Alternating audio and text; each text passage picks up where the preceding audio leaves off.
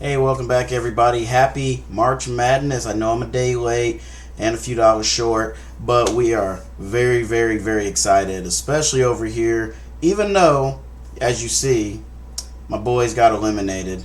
Mizzou eliminated last night in the first round of the NCAA Tournament. We're going to recap here on the channel the first day's round of games, and did have one big upset, and we had a couple close ones. In one game, I'm very happy that I got the outcome that I wanted. I've already lost. My bracket's crap, which I'm sure yours is too.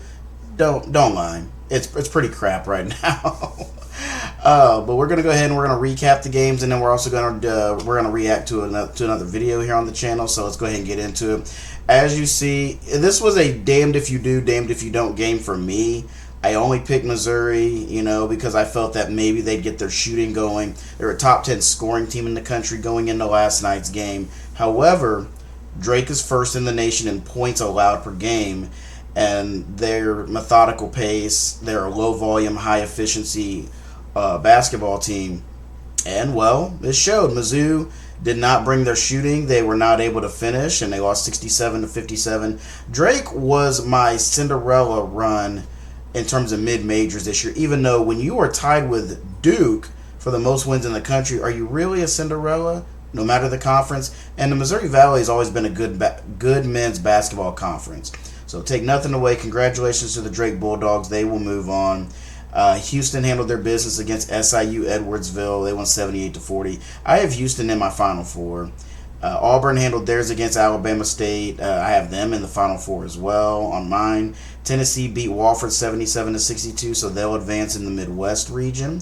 St. John's, who I have actually losing in the national championship to Duke. Spoiler.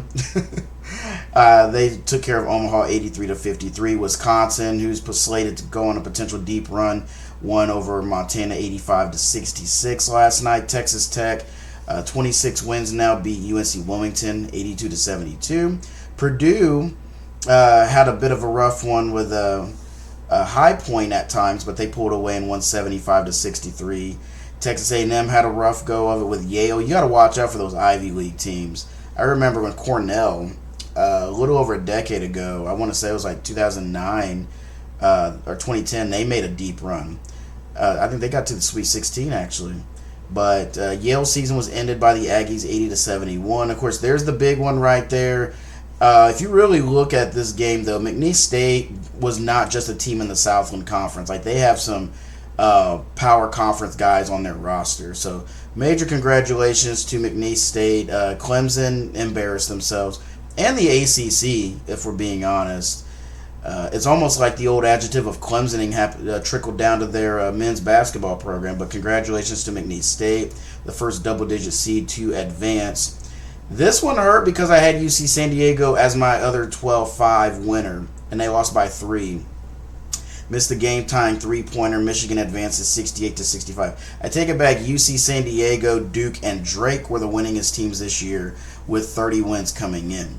BYU took care of Virginia Commonwealth. They had led by 11 at halftime, but the Cougars went on to win by 9. And Merry, Merry Christmas to all Mizzou fans. Even if you lost, you kind of still won. Nobody was really believing this Kansas squad was going to do any damage this year, despite the fact they had the ability to do so. But the inconsistencies, kind of like Missouri, kind of like Mizzou this year. They didn't show up at the right time. Arkansas got the win, and they advanced to the second round, 79-72 over KU. UCLA handled their business. They blew out Utah State in a 7-10, 72-47. They'll advance. Creighton takes care of Louisville, 89-75. Creighton Blue Jays moving on to the second round.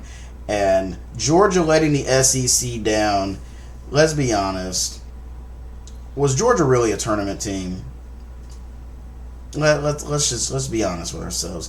Gonzaga tournament tested for countless years. I do not remember the last time that Gonzaga missed the tournament. But they move on 89-68 and blow out Georgia. Looking at today's games, which are going to be getting started here shortly. We got 11-15, 8-9 Mississippi State and Baylor. 1140 Alabama and a 215 with Robert Morris. Got my national champion Duke going against Mount St. Mary's. Actually, Duke had 31 wins going into the season. Lipscomb and Iowa State in a 314. Sometimes you got to watch out for those 14 seeds. Sometimes you do. Now, this one could be a potential trap for Memphis as a 5, and they get 12th seed at Colorado State. The Mountain West was a good conference this year. They received 5 bids. This is a game I do believe Vanderbilt has the ability to win against St. Mary's. St. Mary's comes in with 28 wins out of the West Coast Conference, and that's never any joke if you do damage in the West Coast Conference, because you're having to play the St. Mary's, the Gonzagas, and the I say at one point BYU, but the West Coast Conference whenever it's been a 1, 2, sometimes 3 team league with Pepperdine is nothing to shake a stick at. And this is the one team. Now, granted, North Carolina handled their business in the first 4, but nobody still believes, including me, that they are a tournament team. They did do what they needed to do against San Diego State for sure, but I'm not buying it. They'll be playing number 6 Ole Miss today. 4-13 Maryland against the winner of the WAC. Yes, folks, the Western Athletic Conference. They don't play football anymore, but they still play basketball. Shout out to Grand Canyon. That game will be played in Seattle at 3:35 Eastern Time today. 116 Florida, and if you're a Mizzou fan, you puke at the sight of Norfolk State. But that game will be at 5:50 in the West region, first round in Raleigh. Kentucky against the winners of the Sun Belt Conference. I personally believe Arkansas State was a better team. They just, for some reason this year, could not beat Troy. Lost 3 times, and that drives me nuts. Shout out to the Red Wolves, though. They are in the second round of the men's NIT. And also shout out to the Lady Red Wolves. They go on the road to Storrs for a first-round tournament game at Connecticut. Good luck, ladies. But the men of Troy are going to be taking on Kentucky Wildcats tonight at 6:10 in Milwaukee. 7:10 Marquette, New Mexico. Always a tough matchup with the Lobos, no matter who they have. This right here is my double-digit upset. 28-win Akron. I think they're going to get Arizona tonight in the East region. So you heard it here first. If I'm wrong, drop it in the comments. Let me know. 8-9 matchup, UConn, Oklahoma. That's kind of a wash game. This is a matchup of 2 teams I felt that underachieved this year. Illinois and Xavier in a 6-11. That game will be at 8:45. 9 o'clock, your late games. Michigan State against Bryant College. 2:15. And another 5-12 I feel could be an upset, even though it's a home game basically for Oregon due to the fact the game is in Seattle. But they host the Liberty Flames, 28-6. 12 seed. Those are your games for tonight for men's March Madness. We're going to go ahead and get into our video of the day from the homie Saturday Shenanigans. It's a really good college sports channel, and today we're going to be checking out biggest first round crash outs in March Madness history. Should be a really good one. Subscribe to him if you haven't already, and let's go ahead and get into it. I've been too positive on this channel recently. Yeah, it's March Madness. We love this Cinderella. We love this story. But what really happens is that the big schools, the big teams get absolutely embarrassed on the biggest stage. And we got to talk about it. A high seed, a championship contender, a team everybody picked to Middle make a deep Tennessee. run. I remember when they beat Michigan State. Off the court by a no-name school from a conference you've never heard of. This is brutal. I'm not here to waste your time with a long intro. I'm going over the biggest first-round crash outs in NCAA Tournament recent history. But oh, just wait. Let me know who you think is next in the comments. And also, did I forget anyone? Watch all the way to the end of the video and let me know. If you're new, just subscribe for great. As I said, you heard it here first. I got Akron winning tonight and potentially Liberty beating Arizona or beating Oregon. So let's go ahead and check this one out. And you know Virginia and UMBC's got to be on here. You know it has to be. Content like this. What are you doing? 2021 2-seeded Ohio State, 2-seeded Oral Roberts. The Buckeyes had everything going. All right, fun fact. Even I didn't know where Oral Roberts was. I knew nothing about him. My mom told me about Oral Roberts. Of course, shout out to the queen of the family. Because without her sports passion and her knowledge, you don't have me. But she had to tell me about Oral Roberts because I didn't even know where that was at.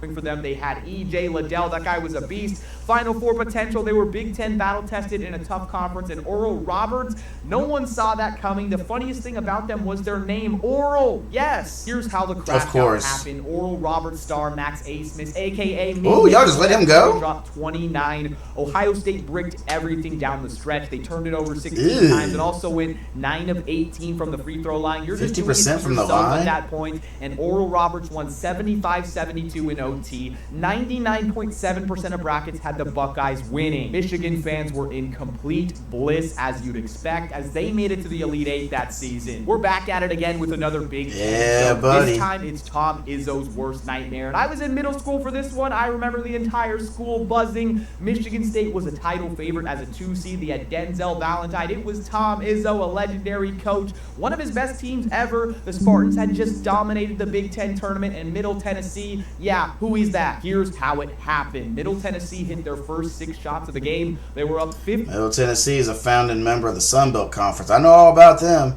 Their last football game in the Sun Belt was a 45-0 ass whooping by my Arkansas State Rebels. We sent them packing. But when it comes to other teams, whether they're current or former Sun Belt, and if it doesn't involve playing us, I'm all for rooting for them. 15-2, no nerves, no hesitation. They were just straight stroking that thing with lotion. MSU never led, not for one single second. Izzo's team got jumped from the jump. MSU shot 7 of 21 from 3, and Middle Tennessee, they went to work inside. Final score 90-81, and I mean, come on, 90 points to a school from the Conference USA. What are we talking about? Over 20% of brackets had MSU winning it all. 2018 Arizona as a 4 seed and number 13 seeded Buffalo, the game where DeAndre Ayton got locked up. There was no excuse for Arizona. It was their year, according to the fans, which they said every single time before they choked. Ayton was the number 1 overall pick, and Arizona had one of the most talented rosters in the country. In Buffalo, they were just Buffalo. I mean, come on. But they came out fearless. They played like a team with nothing to lose, and they did have nothing to lose. Ayton low-key got bullied inside. Buffalo's defense neutralized him, and Arizona's defense, on the other hand, was an absolute joke. Buffalo got so many wide-open threes, fast breaks, and dunks. Final score 89-68, losing by 21. Oh yeah, I remember that. Buffalo. Sean Miller was done, man. Sean Miller, get out of here. Another one of those 250. Listen, I as a lifelong Tigers fan, I know that we are college sports Charlie Brown. I know. Do I have to relive this? This was solely a case of bad matchup. Don't look at the seeding. Norfolk State had a very heavy post-based lineup where we ran 4 guards. And I believe our one big man was Ricardo Ratliff. And our team was great, but we wound up drawing the wrong matchup. And that's the key in March, is matchups. And Norfolk State. Missouri was 30-4 in 2012. They had elite offense. They were full of veterans, had just won the Big 12 tournament, and Norfolk State, this was their first tournament appearance. Here's how the crash out happened. Kyle O'Quinn, you do not remember him. I'm serious. You do not remember him. There's no way. You must be a freak. He put up 20. Well, consider me a freak. Dude played for the Knicks. 6 and 14 for Norfolk, and Mizzou had no answer. Their defense looked like an LA Fitness pickup game after 5 p.m. Final score 86-84, and Mizzou fans, they didn't recover. This one broke their souls. How did this one even happen? Fairleigh Dickinson, Purdue, who was a 1 seed, and 6 Zach seeded Fairleigh Dickinson. Fairleigh Dickinson had one player taller than 6'8", and Purdue had Zach Edey, a 7'4" monster. But Purdue's guards played like middle schoolers. Fairleigh Dickinson ran circles around them, and it was 63-58. The second time a 16 seed. Dog, so Purdue went from playing for the Natty the year before to losing to a 16 because they had the same issue against UConn. UConn basically let Zach Edey get all his, but locked up everybody else. Same issue here. He took down a 1. We'll get into the other in a sec. And Purdue was a meme that definitely hurt Zach Edey's legacy, even though he won Player of the Year. We all remember exactly where we were when this happened. Virginia, UMBC, you already know what's going down. Virginia was so good that season, and UMBC, no one had ever heard of them, but they played fast. much faster than Virginia. They were coached by Tony Bennett, slow team. They couldn't keep up. Their offense couldn't shoot. They disappeared, and a 74-54 40-minute beatdown by the Retrievers. And although the Cavaliers bounced back in 2018 and won the national title, this loss will forever be in memory. Oh boy, this one is fresh in our minds. 2024, 3-seeded Kentucky and 14th-seeded Oakland. The Jack Golke game. Come on. Yeah, he went off. We shouldn't have been surprised with Coach Cal's tournament resume. Kentucky was loaded with talent, of course. Oakland was out of the Horizon League, but one dude had other plans. Jack Golke turned into prime Steph Curry. 10 threes. Kentucky couldn't stop him. Final score 80-76. Oakland turned BBN into a BBL. Hey! That was so bad. Coach Cal, we never saw him in Lexington again. If you guys go crazy on the engagement, get it jumping in the algorithm, I'll do a part 2 of this video. Make sure to check out my bracket prediction and also my bracket prediction with my best friend who knows nothing about basketball. And let me know what you think. Take it easy. Happy March Madness. Make sure to skip work tomorrow. Don't go to school. Don't do your finals. You guys need to be there all day from 9 a.m. to 10 p.m. at night. All day. You need full monitors. Monitor here, there, stats, bracket, everything pulled up. I am so excited. I'm so excited. Bro, I'm already with you. We're going to go ahead and give that one a like. Shout out again. Already subscribe to Saturday Shenanigans if you haven't checked it out yet. So, and also, shout out to George Mason, as you see. That's another video of his. You know what? As a matter of fact, let's make this a twofer. So let's go ahead and check out the first Cinderella March Madness. I remember this very vividly. By George, the dream was still alive. Let's go ahead and instead of just wrapping this thing up, let's make it a twofer. Show my man some extra love. So let's check this one out. 2006 George Mason, the first Cinderella to make it to the Final Four. Butler's back-to-back title runs, before Loyola Chicago's Sister Jean, and before Dunk City. On an aside, I miss Loyola Chicago being in the tournament this year. Sister Jean's still alive. I think she's like 105. So that's another thing to be missing out on for March. Dunk City was lit as hell. If you didn't live for the Gulf Coast in their run, bruh. Was George Mason in 2006, the first true modern Cinderella of March Madness. Without George Mason, there is no Loyola Chicago, and before you get mad, you'll understand it by the end of the video. If you're new, make sure to subscribe. I'm an absolute animal in the month of March. I already made a Wichita State Cinderella video. Go watch that after you watch this one, but a lot more to come. If you love underdog stories, which is most of the reason why we love college hoops, this is where it all started. In today's age, we expect a mid-major team to make a deep run every few years, but before 2006, that just didn't happen. No true mid-major had reached the Final Four since Penn in 1979. Small schools were supposed to be first-round punching bags for blue bloods and not bracket busters. George Mason changed everything. They laid the blueprint for every mid-major Cinderella after them that followed, and the way they did it, by taking down some of the biggest names in college basketball history back to back to back. So let's break it down.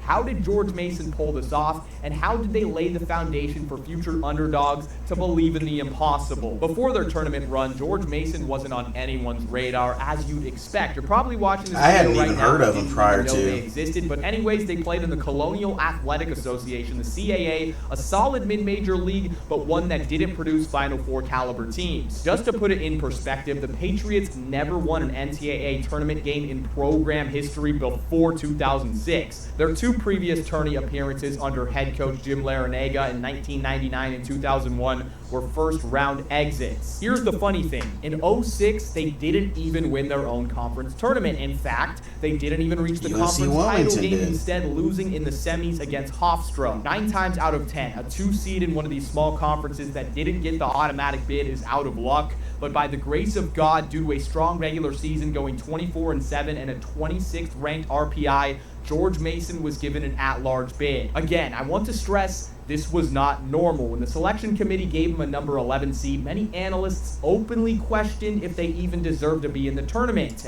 I imagine they would have, but it's funny. Now people are questioning, why is North Carolina in? Shows how much times have changed and how much parity we have in college basketball.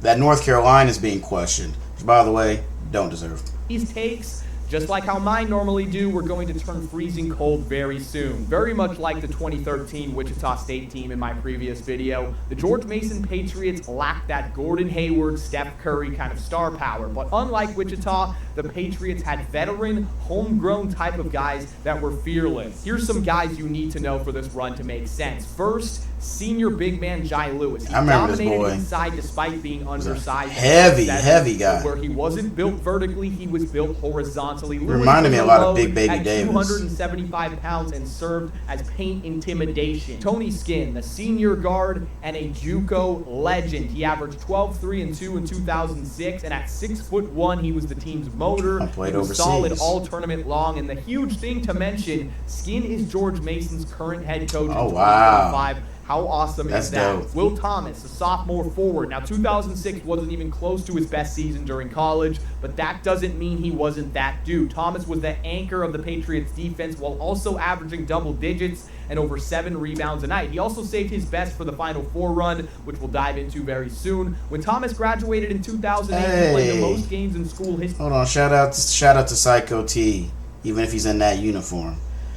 Went to high school with Tyler Hansbrough. Really good dude. At 131 and was third on the list of all-time rebounds. Lamar Butler, another senior guard. This was the team's sharpshooter who always hit big shots. This was the poster boy of the Cinderella story. He appeared on Sports Illustrated. He was a marketable guy, and he backed it up on the floor. Finally, Follering Campbell, a sophomore guard who was a versatile scorer and just made for big moments. He averaged 11 points in the regular season, but played way above those averages when it mattered most and made clutch bucket after clutch bucket in March Madness. All right, you guys get the context. Let's actually dive into the run itself. First round versus Michigan State. Now, 6 versus 11 upsets happen. Yeah, you're definitely thinking about picking one of them in your bracket this year. It's almost as popular as the 5 versus 12 upset. But if you picked George Mason over the Spartans of Michigan State, you were crazy. That's because Tom Izzo had taken his squad to the Final Four in the year prior. A 6 seed was considered a down year for MSU, and they were usually one of the most dominant teams in the sport. See, what I remember about who was on these teams for Izzo at the time, he had guys like Drew Neitzel and Paul Davis, who was a really good college center. Shannon Brown. Now, if for all you 2K heads out there, if you're my age or you played the Xbox 360 era 2K, the best 2K. If you know about Shannon Brown. He was one of those dudes, a walking bucket. But oddly enough, the Patriots won 75-65, despite the Spartans making double the amount of three-pointers. So you're wondering how? Bully ball, physical basketball. The rebound discrepancy was insane. 40-24 in favor of George Mason, led by 14 from Will Thomas and 8 from Jai Lewis. Michigan State got pushed around all game, and the Patriots sealed their first ever NCAA Tournament win. This was not your average 11 seed. Second round versus North Carolina. So, if a Final Four team from the previous year wasn't enough, how about this was the all-freshman Patriots and the UNC with Tyler. 2 legendary programs in a row. How about that for a draw? UNC started the game leading 16-2, and this is the point where most viewers said, oh, Mason is done, goodbye, change the channel, next game. But by the half, the Patriots had climbed back to within 7. An 8-0 run to start the second half is what set the tone for the Patriots. It was close late, a 1-possession game within a minute remaining until Tony Skinn closed it out at the line. For George Mason, Butler and Campbell were dynamic, scoring 15 and 18 respectively.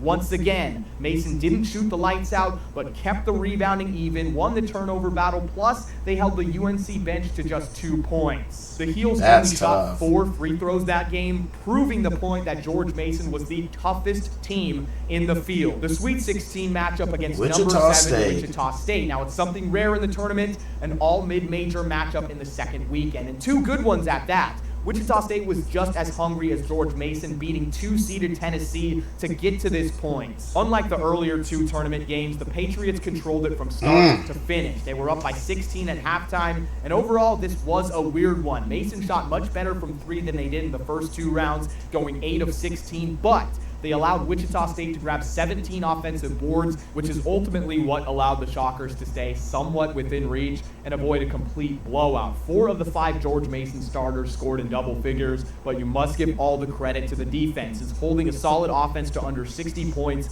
and 3 from 24 from deep is not easy. Now suddenly the team who wasn't deserving to be in the field was 1 win away from the Final Four. The only thing standing in Mason's way was number 1 seeded.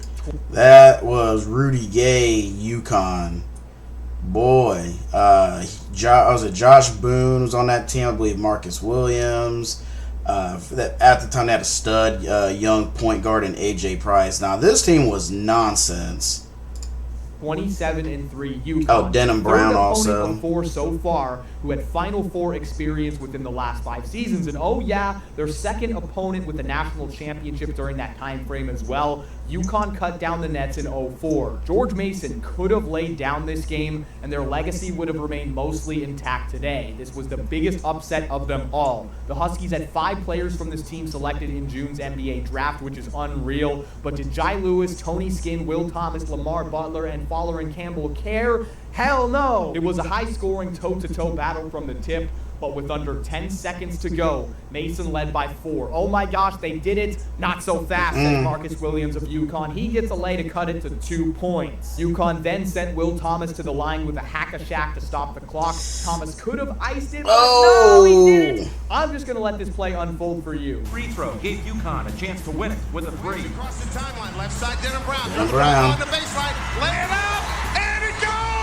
Clutch. We're tied at 74! Denham Brown, that was cold, but it was destiny for George Mason to win. They controlled the overtime period, leading the entire time until UConn got another chance to send it to OT. We're all good. What a fantastic game. Are you kidding me? Final Four versus Florida. Mason's miracle. All right, now that was definitely too much. Was about to win back-to-back national. That Gators team, because that was, I think that was the first of the back. No, it was the second of back-to-back years, I want to say, with Horford and Joakim Noah, Corey Brewer, Torian Green, Lee Humphrey. Yeah, that was peak Florida. Like, not just in basketball, but football. Like, they legit won the Natty in football and basketball same year. Very rare occurrence. National titles. Mason took a 2-0 lead, and that was the last time they led all game. It looked like they mentally and physically gassed out. The defense wasn't as strong as usual, allowing Florida to shoot well from deep. But despite the loss, their place in history was already secure. All right, so the question you've probably been wondering since the beginning, how did George Mason change March Madness forever? And I have a few reasons. Before Mason, mid-majors weren't expected to make the Final Four whatsoever. The idea of a team from a conference like the CAA beating multiple blue bloods in a single tournament was unheard of. After Mason, the selection committee started giving more respect to mid-major programs. Before 06, it felt like mid-majors were treated like second-class citizens by the selection committee. A team from a small conference could dominate all year, but when it came time for March Madness, they'd either get snubbed or stuck with a terrible seed. Meanwhile, the power conference teams with mediocre records would get the benefit of the doubt every single time. After that season, the selection committee and the general population had no choice but to take mid-majors more seriously. And here's the most important thing. George Mason gave mid-majors the blueprint for a Final Four run, and the core of that formula was senior-led teams with chemistry over the one-and-done talents. Power conference teams build their rosters around elite freshmen, future NBA lottery picks who stick around for a season before going pro. On paper, that gives them a massive advantage over these mid-majors, but when you look deeper, these one-and-done squads have a major flaw. They lack experience in big moments. They haven't had time to develop chemistry, even with veterans in the transfer portal. They rely on talent over execution, which works against weaker teams, but falls apart against a disciplined, well-coached group. This is where a mid-major like George Mason would have the edge. They don't get top recruits, but they have something just as valuable, which is continuity. George Mason's starting 5 in 2006, 3 seniors and 2 juniors. These guys have played together for years, knew their system inside and out, and trusted each other in big moments. They didn't get rattled like freshmen do. They were composed, disciplined, and played smarter than the teams they upset. Look at their Elite 8 win over number 1 UConn. The Huskies had multiple NBA players. Rudy Gay, Marcus Williams, Hilton Armstrong, Josh Boone. I forgot about Hilton Armstrong. They weren't as disciplined as Mason. They got sloppy, took bad shots, and let Mason dictate the tempo. The Patriots stayed locked in, moved moved the ball and executed to perfection when it mattered. Once other mid-majors realized this formula worked and started using it, there was a barrage of these type of teams in the Final Four. Butler in 2010 and 2011, they had a lot of veteran guys, a team-first mentality, and a coach, Brad Stevens, who preached discipline. 2 straight national championship games. VCU in 2011, they didn't have a lead Shaka recruit, Smart. just a team of upperclassmen who bought into what Coach Shaka Smart was teaching, the pressure defense that overwhelmed their opponents. Defense. Loyola Chicago in 2018, senior heavy team that played tough defense. They moved the ball and they didn't flinch against the big dogs. Every year, whether it's the first round, second round, Elite Eight, Final Four, it doesn't matter. We see veteran heavy teams upset freshman-led powerhouses in March. That's not a coincidence. Talent alone does not win the NCAA tournament. It's experience, chemistry, and execution. And that's the biggest lesson we all learned from watching the George Mason run play out. So that's exactly it. And we can go ahead and give that one a like as well. Now, that's exactly the facts. And the transfer portal now has opened up even the opportunity for even more parity. And I say this as someone who attended Arkansas State. When I was there, the men's basketball program, I believe, went 8-21, 07-08. That was a bad basketball team. This year, the school, now they're in the NIT due to losing the Sun Belt men's tournament final to Troy, but we have 25 wins and just hung 103 points on St. Louis in a first-round NIT game. No reason why we can't take that next step to becoming a tournament team and a potential dominant force for a long time in the Sun Belt. And now that's the possibility for everybody. I remember the first mid-major program to at least make the Sweet 16. I want to say it was a Southwest Missouri State, which around these parts we now call Missouri State University. I believe that was 1999, and they lost to Duke. And then 2002 or 3, it was Southern Illinois, SIU out of Carbondale, that made the Sweet 16, and I think they did twice in the mid-2000s, which was a great time for Missouri Valley basketball. But again, shout out to George Mason for setting the table and creating the template to show mid-majors how to do it. And, of course, shout out to Saturday Shenanigans, giving you a 2-for-1 here today, in addition to recapping Thursday's games, preview, and checking out today's games. So we're going to wrap things up here on the Human Sports Encyclopedia. It's your boy K-Rob. If you want to see more videos like this, like, comment, subscribe, share with your friends, and let me know what you want to see me talk about next. And again, happy March Madness. I'll see you in the next one.